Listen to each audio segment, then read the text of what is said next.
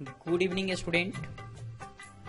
मैं सत्येंद्र कुमार ज्ञान ज्योति career institute में आप सभी का स्वागत करता हूं।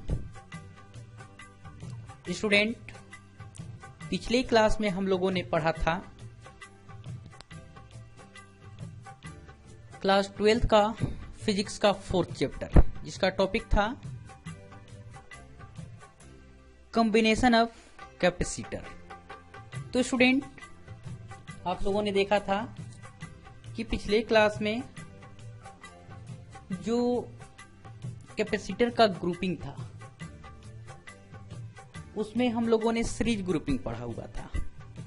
तो स्टूडेंट, आज हम लोग बात करने वाले हैं उसके दूसरे parts, parallel grouping of capacitor, यानी कि हम उसे पैरेलल कॉम्बिनेशन भी बोल सकते हैं, यानी कि कैपेसिटर का समानांतर क्रम समूहन।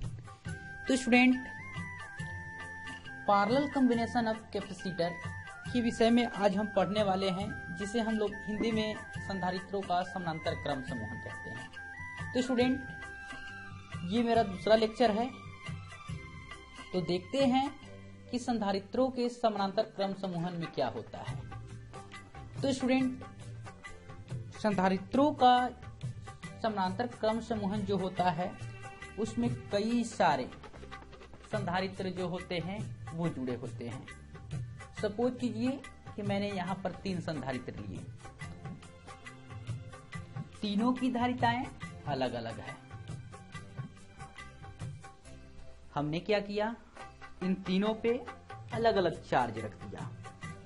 प्लस Q1 पहले पर, दूसरे पर प्लस Q2 रख दिया और तीसरे पर प्लस Q3 रख दिया। अब इस प्रकार हमने इन तीनों संधारित्रों पर चार्ज तो रख दिया, इनकी धारिताएं अलग अलग है, लेकिन अब इन्हें हमें पैरेलल ग्रुपिंग करना है। तो हम इन्हें कैसे करेंगे पैरेलल ग्रुपिंग? तो देखिए स्टूडेंट कि जितने भी संधारित्र यहाँ लिए गए हैं, इन सभी संधारित्रों में एक कलेक्टिंग प्लेट है और एक कंडेंसिंग प्लेट है। तो आप देखिए कि सभी कलेक्टिंग प्लेट को एक साथ एक बिंदु पर जोड़ दिया गया है और कंडेंसिंग प्लेट को भी एक साथ अन्य किसी दूसरे बिंदु पर जोड़ दिया गया है। अब इन दोनों पॉइंटों को लेकर के सर्किट को पूरा करते हैं। पूरा करने के बाद क्या हो रहा है, देखिए कि यहाँ आपको सबके लिए 2 ही पॉइंट मिलेंगे, चाहे वो कैपेसिटर फर्स्ट हो, सेकंड हो या थर्ड हो। तीनों के लिए आपको यही 2 पॉइंट मिलेंगे। अब देखिए, तीनों के लिए यही पॉइंट है, तो सबका पोटेंशियल डिफरेंस जो होगा वो भी इक्वल होगा। वो ए के लिए भी वही होगा, यानी कि फर्स्ट वाले कैपेसिटर के लिए भी वही होगा, सेकंड वाले कैपेसिटर के लिए भी वही होगा, थर्ड वाले के लिए भी वही होगा। आप तो समझ गए होंगे कि अब इस तरह से अगर हम संधारित्रों को जोड़ते हैं तो यही व्यवस्था जो होती है वो पैरेलल ग्रुपिंग या पैरेलल कॉम्बिनेशन ऑफ कैपेसिटर कहलाती है, यानी कि संधारित्रों का समानांतर क्रम समूहन कहलाता है। तो स्टूडेंट देखिए, आपके सामने समानांतर क्रम समूहन का डेफिनेशन भी है।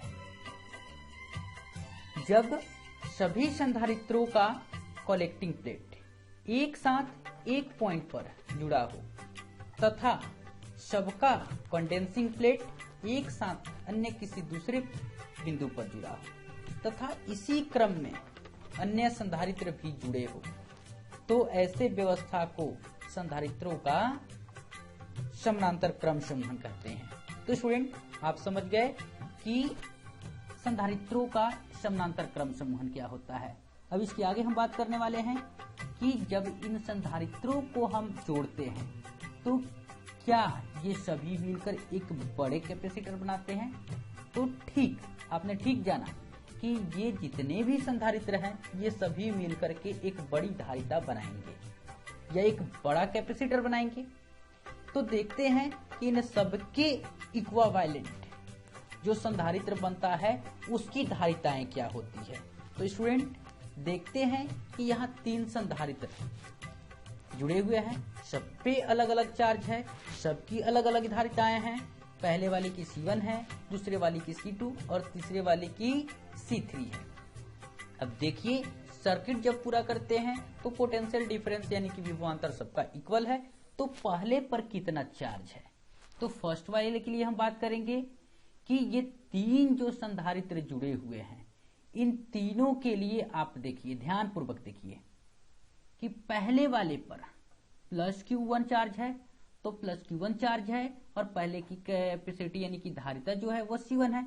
तो पहले वाले पर धारिता आपको पता है, पोटेंशियल तो सबका इक्वल है, तो हम पता करते हैं कि इस पर चार्ज कितना है, Q1 की वैल्यू क्या है। तो Q1 की वैल्यू यहां पर हो जाएगा C1 इंटू भी। C1 इंटू भी क्यों होगा, क्योंकि आपने पहले पढ़ा धारिता की परिभाषा, वहां से अपने Q की वैल्यू अगर कैलकुलेट आप करेंगे तो Q बराबर C इंटू भी होता है। तो आप यहाँ पहले वाले के लिए देखिए कि Q1 चार्ज है, तो Q1 चार्ज है तो Q के बदले सब्स्टिट्यूट कीजिए Q1, और धारिता जो है यानी कि C, तो C के बदले आप C1 सब्स्टिट्यूट कीजिए, और पोटेंशियल डिफरेंस तीनों के लिए सेम है तो सेम रहेगा।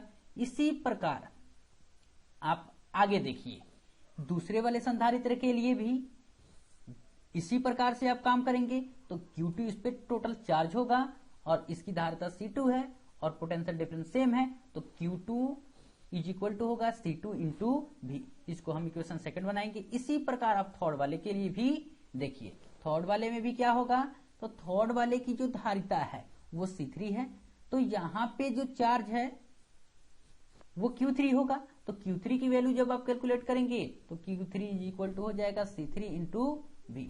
इसी प्रकार आप और भी अगर संधारित्र जुड़े होते तो आप उनके ऊपर भी जो चार्ज प्रेजेंट था उसका वैल्यू आप बता सकते, लेकिन हमने यहाँ तीन ही संधारित्र जोड़ा, इसलिए आपको तीन की ही चार्ज बताने हैं। अब देखिए यहाँ पर सबको हमने क्या किया हुआ है, जोड़ा हुआ है, जोड़ करके एक व्यवस्था बनाया हुआ है। तो अगर आपसे पूछा जाए कि बाबू ये बता कि इस पे टोटल चार्ज है कितना, तो आप क्या करोगे, पहले वाले पर जितना चार्ज है वो, दूसरे वाले पर जो है वो, और फिर थर्ड वाले पर कितना है, उन सबको आप ऐड करोगे। तो निश्चित रूप से यहाँ पर आपका कहना सही है कि जो ये तीनों पर जब मैंने आपसे चार्ज पूछा तो आपने बताया कि सर तीनों को ऐड कर दीजिए।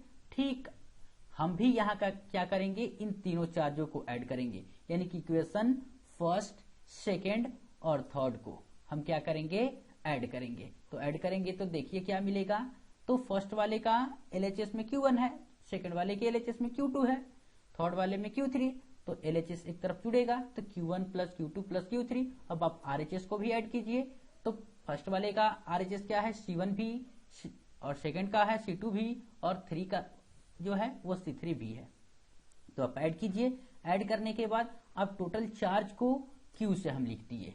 अब यहाँ देखिए RHS में क्या है, सब में पोटेंशियल डिफरेंस भी जो है वो कॉमन है, तो हमने क्या कर लिया, कॉमन कर लिया। तो Q बराबर हमें कितना मिल गया, Q जो है वो V into C1 plus C2 plus C3 के इक्वल मिल गया। हमने इसको इक्वेशन 4 बनाया। अब देखिए स्टूडेंट कि जब सभी संधारित्रों को आपने जोड़ा तो जोड़ा तो एक इक्विवेलेंट तो मिलता है, तो यहाँ आपने जोड़ा किस क्रम में, तो निश्चित रूप से आपने यहाँ पर उसको पैरेलल ग्रुपिंग में जोड़ा है। तो जब आप पैरेलल ग्रुपिंग में जोड़ते हैं तो उसको आप CP से लिखेंगे।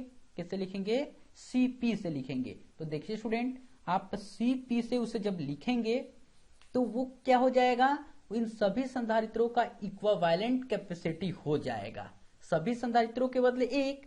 अब देखिए उसकी परिभाषा से ही हम लिखते हैं कि Q बराबर CP इंटू V हो जाएगा। इसको इक्वेशन हमने बना दिया 5।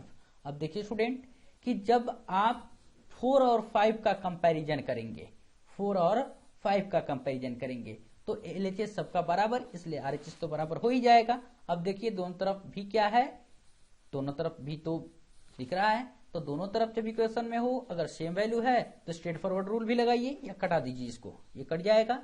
और कटने के बाद आपको बचेगा CP is equal to C1 plus C2 plus C3। इस प्रकार आप कह सकते हैं कि जो भी संधारित्र है समानांतर क्रम में जुड़ते हैं तो उनकी धारिता जो होती है, सबकी इक्विवेलेंट धारिता जो होगी वो सभी संधारित्रों की धारिताओं के योग के बराबर होगी। तो इस प्रकार आपको ये बात समझ में आ गई कि जो संधारित्र है उसे अगर हम समानांतर क्रम में जोड़ते हैं तो क्या उसकी समतुल्य धारिता का व्यंजक होगा? तो Cp is equal to C1 plus C2 plus C3। इसी प्रकार अन्य संधारित्र भी हम जोड़ेंगे तो इसमें आगे वो धारिता बढ़ जाएगी। तो इस प्रकार आपको ये बात समझ में आ गई होगी। अगर आपको इस वीडियो से थोड़ा सा भी अगर बेनिफिट मिला हो तो इस वीडियो को लाइक, शेयर और सब्सक्राइब जरूर कीजिएगा। धन्यवाद।